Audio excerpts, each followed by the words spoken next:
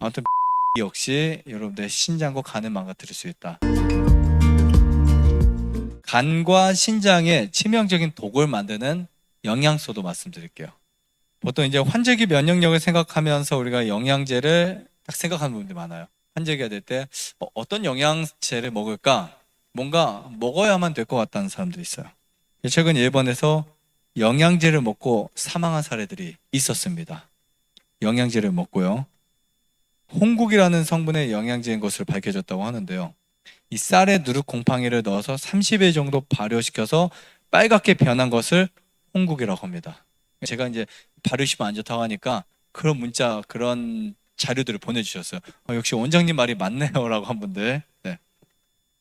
근데 이 사실 곡류의 곰팡이가 기생하면서 만든 이 독소만 약 300여 가지 이상이 되는데 굉장히 해롭습니다. 발효식품 정말 주의하셔야 돼요. 이제 이것이 원인이 돼서 사망 사례가 있었다. 우리 예전에 그 미국에서도 그런 거 있지 않았어요? 치즈 먹고 사망한 거.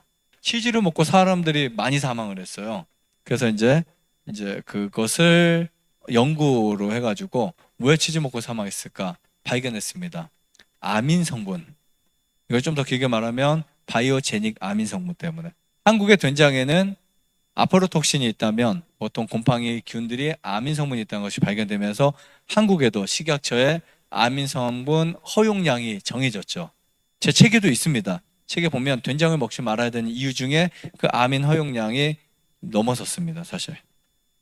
아무튼 특히 이러한 영양제들이 세포의 독성을 일으킬 수 있고 신경 독성, 간과 신장의 문제를 일으킬 수 있어서 간과 신장에 무리가 된 분들이 정말 많습니다. 우리가 이제 리콜되고 그것이 이제 문제가 알려진 다음엔 이미 늦었을 때가 있고요. 우리 제약회사에서도 나온 약들 보면 슬그머니 안 팔고 있는 약들 가끔 있습니다. 10년 전에만 해도 정말 많이 사람들이 사 먹었던 게 갑자기 없어졌어요. 그리고 그 내용에는 바람의 원인, 독성의 원인, 유전자의 망가짐의 원인 이런 글귀가 쓰면서 갑자기 제약회사에서 중단되었죠. 우리는 먹고 있었던 거예요. 그리고 최근 메가도스라는 것이 있어요. 혹시 들어보셨어요? 메가도스 있는데 비타민C를 권장량보다 많이 먹는 방법입니다. 많게는 10배까지 고용량이라고 표현하기도 하고 메가도스라고 표현하기도 합니다. 수용성이니까 남은 것은 소변으로 빠진다. 괜찮아. 이렇게 생각합니다. 지용성은 축적이 되지만 수용성이니까. 그래서 한 번에 많이 섭취하는 방법인데요. 의사분들은 오히려 영양제 섭취를 크게 권장하지는 않는 것 같아요. 오히려. 근데 일반 주변의 분들 정말 많이 권장하는 분 있죠.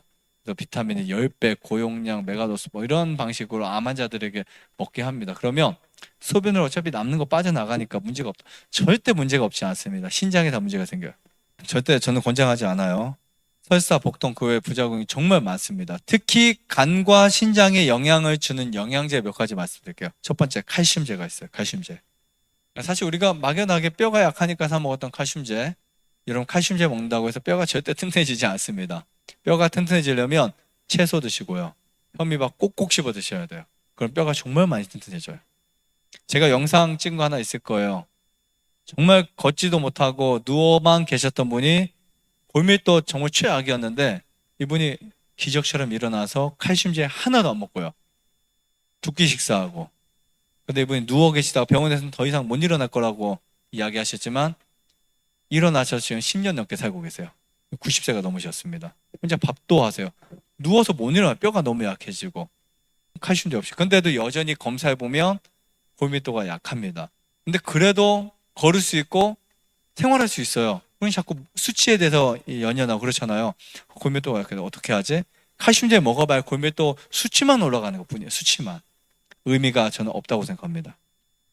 그래서 뼈 건강을 위해서 많은 분들이 섭취하는데 이게 이제 사실 우리가 정량이지 과단지 아무도 모릅니다. 그리고 정량 기준이라는 게 체중에 비례해서 나타나지만 이거 너무나 달라요. 우리 몸이 대사 활동이 낮을 때는 지방도 우리 몸에서 뭐가 된다 그랬어요.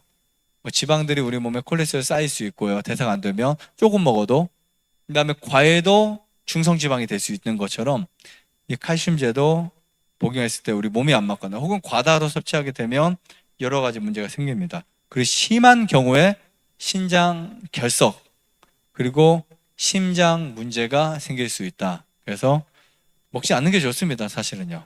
두 번째, 이것도 정말 많이 섭취하는 건데요. 철분제. 빈혈. 관련돼서 우리가 철분 많이 먹죠. 이 철분이 부족하면 물론 빈혈이 유발될 수 있습니다. 그래서 임산부들은 보통 처방을 받죠. 철분제를 꼭 먹게끔. 물론 부족한 경우에는 어떻게 해서든지 뭐라도 우리가 채워야 되겠죠. 응급 상황에서는 제가 벌써 뭐라고 말씀드렸어요. 설탕도 우리에게 약이 될 수 있다고, 응급 상황에서는. 근데 우리가 사실 응급 상황이 아니거나 일반적인 사람들은 네, 역시 간과 신장에 치명적인 독을 만든다. 이렇게 보시면 될 것 같습니다. 비타민 A도 문제예요. 비타민 A. 제가 비타민 A 대신 뭐 드시라고 자꾸 말씀드려요. 비타민 A 대신 베타카로틴. 비타민 A는 지용성 비타민입니다. 그래서 과다 복용할 때 간에 그냥 독이 될 수 있어요. 제가 말하는 과다라는 게 기준이 몰라요. 여러분들이 영양제로 먹으면 어느 순간 과다가 될 수 있어요. 그러면 우리 간에서 독성 물질이 쌓일 수 있습니다. 물론 과다 복용 시 메스꺼움, 구토, 현기증, 시야가 흐려지고 이런 급성 증상들이 있는데 어쨌든 근육에 문제가 올 수 있고요. 여러 가지 문제가 올 수 있습니다. 특히 간을 망가뜨리고 신장을 망가뜨린다. 이렇게 보시면 될 것 같습니다. 내가 어느 순간 자꾸 소변에서 거품이 나오고 피곤하고 소화가 안 되고 이런 분들은 영양 때문에 몸이 망가졌다 보시면 돼요. 마지막으로 비타민 D입니다. 비타민 D. 가장 흔한 보충제 중에 하나입니다. 그리고 별 문제가 없다고 생각하기도 하죠. 근데 섭취가 많아지면 뼈와 근육에 문제가 발생합니다. 그리고 과량 섭취할 때 혈중 칼슘 수치가 높아질 경우에 여러 가지 체중이 감소될 수 있어요. 그리고 2023년 89세 남성의 과다 복용으로 또 고칼슘 혈증으로 사망한 일도 있었고요. 아무튼 비타민 D 역시 여러분들의 신장과 간을 망가뜨릴 수 있다.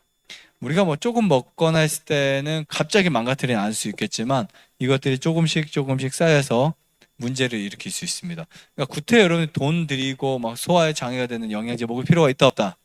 없다. 예전에 한 분이 한 달에 150만 원, 한 분은 300만 원, 같은 그룹이었어요.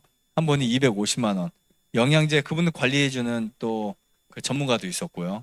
그래서 이렇게 섭취를 했는데 몸이 먹는다고 해서 좋아지는 것도 아니고 자꾸 믿음, 그거 먹으니까 좋아지고 있는 것 같아 라고 해서 제가 이런 이야기를 해드렸어요. 그래서 이분들이 이제 영양제를 다 끊고 한 달을 여기서 지냈어요. 그리고 3달 정도 지냈는데 쭉 수치 검사와 본인들이 딱 비교를 해보니까 영양제를 끊었을 때 처음에는 정말 몸이 안 좋아지는 것 같아. 그런 느낌 받았는데 한 달이 지나고 또 한 달이 지나면서 이분들이 극적인 변화를 얻게 된 거예요. 오히려 그것을 먹을 때보다 더 건강해진 거죠. 그리고 하시는 말씀이 원장님 가장 좋은 게 이제 150만, 200만 안 들어가니까 돈 아꼈다고 이제 가장 행복해 하시더라고요. 돈도 아끼고 건강해졌다고. 정말 놀라웠던 게 영양제를 먹었던 것보다 훨씬 더 건강한 상태를 유지할 수 있었다는 거 말씀드리고 싶습니다. 좋아요, 구독, 안내자전 눌러주세요. 눌러주세요. 눌러주세요.